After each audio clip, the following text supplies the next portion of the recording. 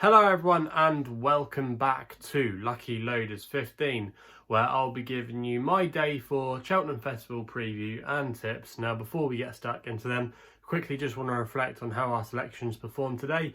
In the end, it was a better day here on my YouTube channel as we finally had our first winner of the festival, and it was a nice price we put up. Mrs Milner to win the Potomps final, and she absolutely hacked up in the end for Brian Cooper and Paul Nolan. I thought Brian gave her a terrific ride considering she encountered one or two traffic problems. She was taken off her feet a couple of times and I was absolutely cringing watching the race. I was so nervous, but she was able to find her rhythm again, and in the end, once he got out of all the traffic and took the wide route down the hill, I was a little bit more comfortable, and in the end, turning in, she was travelling so well. In the end, it just looked like one-way traffic and she absolutely hosed up, so I hope some of you were able to find her. Also as well, we had a couple of good each way returns from a couple of big price outsiders. We put up Kalashnikov each way with the extra places in the Ryanair. I thought he had a great spin under Jack Quinlan, you know. Okay, he was a little bit slow, but he was always niggling him along, trying to encourage him, and he did fine for pressure, and in the end he did well to finish in 4th place. But fair play to Rachel Blackmore, who had an easy victory on Allaho. Allaho, I wanted to take him on, you know. He hadn't shown that level of form in the past, but when you always got that impression when things maybe fell right for him, he could maybe put up a performance like that. But yeah, he really needed to step up on what he'd done so far during his career, and who knows if he'll do it again. But you have to say it was a very impressive performance by Allaho. The other selection we came up with a good each way return was Go Another One for Simon Torrance and John McConnell. At one point I was going, what the hell is Simon Torrance doing holding this thing up? If you actually go back and watch some of the previous starts of this horse, he normally likes to be handy and he normally out battles his horses, his other rivals I should say.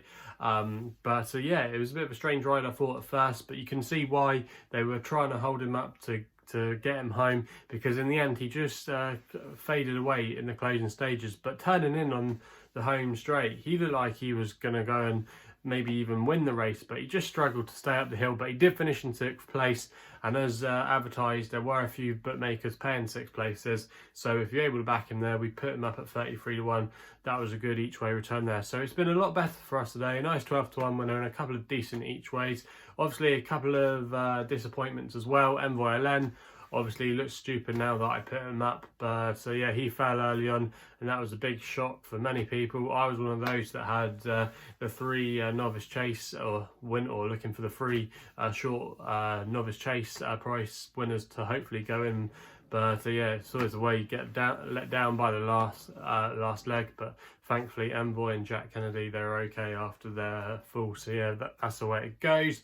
My Nap Pointer Val, I thought it was given a very strange ride by Brian Hayes. Was in the midfield, travelling well, and was just starting to make a move, and then all of a sudden when they turned into the home straight, found absolutely nothing. I'm not sure if there was something wrong with the horse. It'd be interesting to see if anything does turn out, but Brian Hughes never really asked her for much of an effort, I thought, to try and fight for her position. I thought it was quite a weak, tame ride. Who knows, maybe there could be something that might come to light, but I thought it was a very strange, odd ride, but maybe she just wasn't good enough to win on the day. But yeah, go back and watch the ride if you didn't pay close attention to it like I did. I thought it was a bit peculiar, but yeah, that's the way it goes.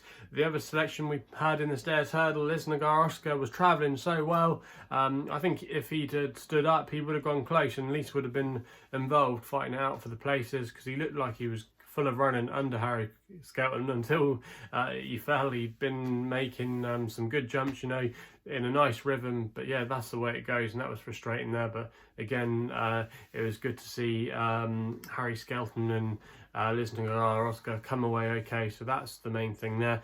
And the other selection we put up in the plate was Kilteely Briggs. He ran well for a long way, but in the end he just bumped into the really well handicapped the Shunter. So yeah, all in all, not a bad day today.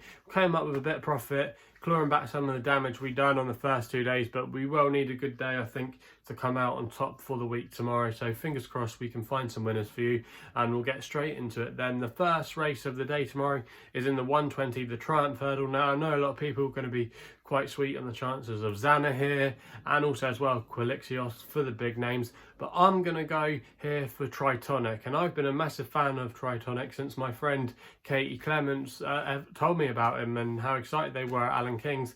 I followed him on his first start at Ascot, where to me it just looked like he was learning on the job, but I thought he did really well that day to pick up Cast Lupi, who just got first run on him. He then confirmed the form again when he won the Adonis Juvenile Hurdle Grade 2 at Kempton, when he absolutely dotted up in the straight, and he went well clear after the last hurdle, showing a really good turn of foot.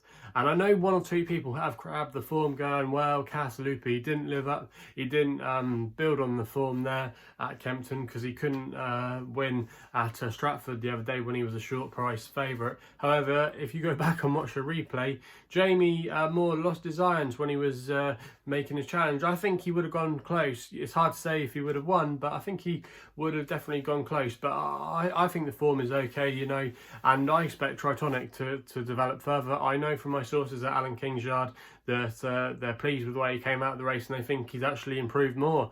And also as well, if you go back through the flat form, he's a really classy horse. He has some good flat form for Alan King. He was rated near enough 100, I think he was, on the flat, and he could handle all kinds of ground, so the good ground tomorrow will be absolutely fine for him. And I think the stiff uphill finish at Cheltenham will really play to his strengths as well. I think he's got a great chance, very similar to a horse of the McNeil's family called Grametti, who was a good flat horse, and obviously I know through my friend Katie, very similar, was very good on the flat and ran a blinder in the Triumph for them a few years ago now. But yeah, I know that they really like this horse, and I've been quite impressed actually on his progression so far. For me, Zana here, a little bit concerned we haven't seen him for a little while, and he might, who knows, he might just need it in my opinion.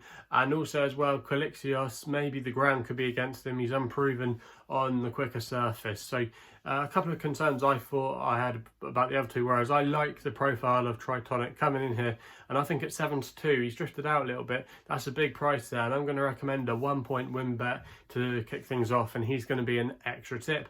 We then move on to the County Hurdle, a really hard puzzle to solve in the 155, but I'm going for Ciel here for John Joe O'Neill Jr. He's riding for Willie Mullins in the colours of JP McManus. Now, you can currently back this horse at the time recording at 20-1 with SkyBet, who are offering a mighty 8 places on the race. I'm going to recommend a 0.5 each way selection here. Now, this horse does have a few good runs next to his name, most notably when he finished second in the Betfair hurdle last year, and also as well on his first ever start for Willie Mullins, he ran a good race behind Band of Outlaws in the Fred Winter, so we know he can handle the course. But I think the key to him is going to be the drying out ground. I think when the going is soft and heavy, he's not maybe quite at his best, and I actually backed him last year in this race when he was actually quite disappointing. He faded out quite tamely going up the hill, but I think he had 1 or 2 excuses, and I think they found something not quite right with him, so you can forgive him that run, I think. And also as well, the ground was on the soft side last year, where I think, like I said, that wouldn't have suited him. He ran well for a long way on his last visit, or his last when he was last seen, I should say, sorry, in the Ladbrokes Trophy at Leopardstown. He ran well for a long way, but then again he just got tired, and he also as well got a bit checked for room when they were just turning in. Again, the ground would have been against him that day, and once his chance was gone, Jody McGarvey, who was aboard him that day, wasn't too hard on him at all. I think off a mark, his current rating of 140, I still think that's fairly workable, and the key to him tomorrow is going to be the cheap pieces, and I just think that could make all the difference for him, and the switch to better ground. I quite like his chances tomorrow to run a big race at a big double figure price. I think at 20-1 tomorrow, I think he's got a great chance of finishing in the first 8 if he gets a little bit of luck and running, and he's going to be my selection for the County Hurdle. So that's Ciel in the 155. We then go to the 230, and we're going to be going with a horse here, the Albert Bartlett, the Grade 1 Novice Hurdle on the card tomorrow, and we're going to be going with a horse here called Streets of Doyen, who's currently available at 15-2 with Betfair. I'm going to be putting him up tomorrow as my next best of the day. I'm going to recommend a 1 point each way selection here for Simon Torrens and John McConnell. Now, John McConnell, like I explained last night, if you're not sure who he is, he's an Irish trainer, but he does really well with his ammunition. Often sends quite a few horses over to England, and he actually sent this one over last year when he landed a novice hurdle over the course and distance. It was a great win that day when he had to give away a couple of penalties to some improving types, and he did the job really well under Dickie Johnson. But again, the key to him tomorrow is going to be the better ground. All his best form came on good ground, and the dry and out ground is just going to be a massive plus for him. Also as well, a standout piece of form is when he beat Florian Porter in a handicap at Gorham Park in October of last year. And obviously we've seen Florian Porter today absolutely tank up in the Stairs Hurdle, so that looks a really good bit of form. And the last time we saw Streets Doyen, he's had a prep run a couple of weeks ago when he ran in a grade 2 novice hurdle at Neige. So I just think he needed the run that day, and he actually didn't discredit himself at all. That was over 2 miles. I think he'll be sharpened up now. And John McConnell, like I said earlier, with one of our selections, got another one go. Had a good runner today there in Kim Muir. So the yard aren't going too bad. And I think in what looks a really weak, wide open race, I like the fact that he's been to the course before, that he's got some good form next to his name, and the ground will be in his favour. So he ticks a lot of the boxes for the race, in my opinion, and that's why I'm putting him up as my next best in the Albert Bartlett, and I'm going to recommend a 1 point each way selection there. We then go to the Gold Cup, the feature race of the entire week, the 305, and I'm going to be going with my nap here, and I'm going to be putting up Champ for Nico de Boinville and Nicky Henderson. You can currently back him at 5-1, 5 places on offer with SkyBet, and I'm going to recommend a 1 point each way selection here. Now, I think Champ can win the Gold Cup tomorrow. I was really impressed by his latest effort behind Seuil in the Game Spirit Chase. An odd move maybe for some people, starting him off at 2 miles. Obviously, you wouldn't normally see that going into a Gold Cup run, but I quite like that angle. I've backed a few horses in the last few weeks that have been running over slightly shorter as kind of like a prep opener, and then they've been markedly thrown up in trip on their next start, and they've actually won, and I just think it sharpens them up a bit. Also as well, one of his big concerns was his jumping, but he's been off to Henrietta Knight, who we've obviously know is great at schooling horses, and has been sent many horses that have had problems with their jumping, and she's really improved them. And Champ put in a really good round of jumping last time out at Newbury, but it was just the last one where he was a little bit iffy, but he still got over it okay. But I think over the 3 miles and 2 furlongs tomorrow, he's got a great chance. The ground won't be a problem for him, and obviously he was the winner of the RSA last year where he beat Manello Indo, and also as well he beat Allaho, and obviously Allaho's given that form a massive boost today by winning the Ryanair. And also as well, Manello Indo won his first couple of starts of the season, so it wasn't a bad piece of form at all. And also as well, one of my old favourites, Ty Wright, was down the field, and he's been in good form this season. So I don't think it was a bad renewal of the RSA from last year.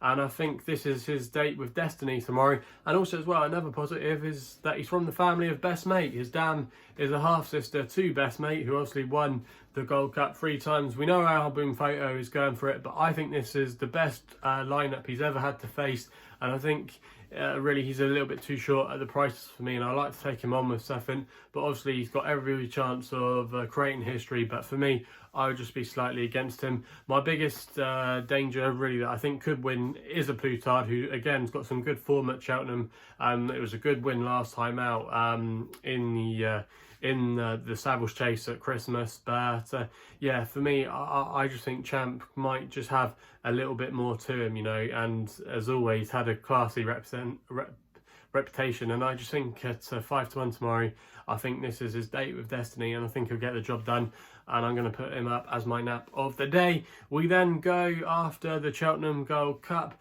to the what race do we go to? Blimey, it feels like so many races tomorrow.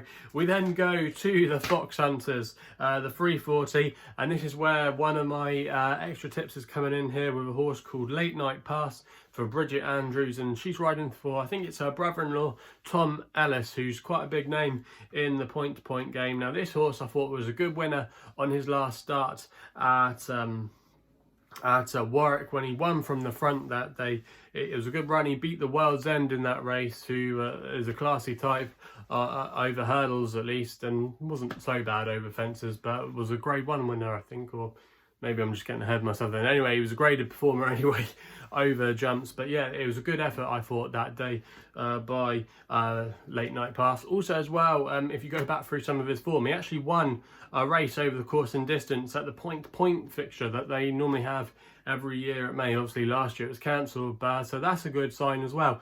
Also as well, if you go back through his form, he's actually done some good runs before on good ground. A lot of his best form in the point-to-point sphere was when there was better ground, and that's going to be in his favour tomorrow. He's a big price. He's 25 to 1 with some firms, and there's 4 places on offer for the race, including with Bet365 and Boyle Sports at that price. I thought that was quite a huge price really for me, and he's going to be my tip in a wide open Foxhunters, I think, and I'm going to recommend a 0.5 each way selection there. We then go to the Mare's Chase. Now, there's a lot of people going to be sticking into Ellie May, and obviously she is the one to beat in my opinion, especially with that form boost from last time at Thales with Allaho winning the Grade 2 race there, and was only getting £2 as well. So yeah, it was a good run, I think, by Ellie May that day, and obviously she's got strong form claims. However, I think she could be maybe not completely bomb-proof. On her only visit to Cheltenham, she went okay at the track, you know, only in 6th place, but obviously she has improved. But I'm going to take her on with an absolute flyer. You can maybe laugh at me for the horse I'm going to be putting up here, but I'm going to put up Really Super for Jack Quinlan and Amy Murphy. Now, she's been a great servant for connections and owes them nothing, and she's a really hardy, genuine type. But the key to her, I think, tomorrow is the ground. All her best form has come on a really decent surface, and that drying out ground is going to be right up her street tomorrow. And she likes to go from the front, and she's a really tough nut to crack, you know. She's been very versatile on the flat as well. She's won some races on the flat. She won a jumpers bumper at Lingfield on her last start, and also as well, she won a race on the all-weather at Chelmsford. So I think she will be a really hardy type tomorrow. Also as well, some of her form over jumps isn't that bad either. She won a Grade 3 handicap. She won the Summer Plate at Market Raising last year, so don't underestimate her. You can back her at 66 to 1 in a play. She's going to be my long shot tomorrow, and we can see sometimes that these odds-on favourites, they don't always live up to expectations. Obviously with the likes of Envoy Len and Shekham Poursoir, you know, they are there to be beaten, and Ellie May still remains maiden at the course. Obviously, Really Super's got to prove herself at the course. She's not run there before, but a horse that likes to be handy, likes the conditions, always is up for the fight.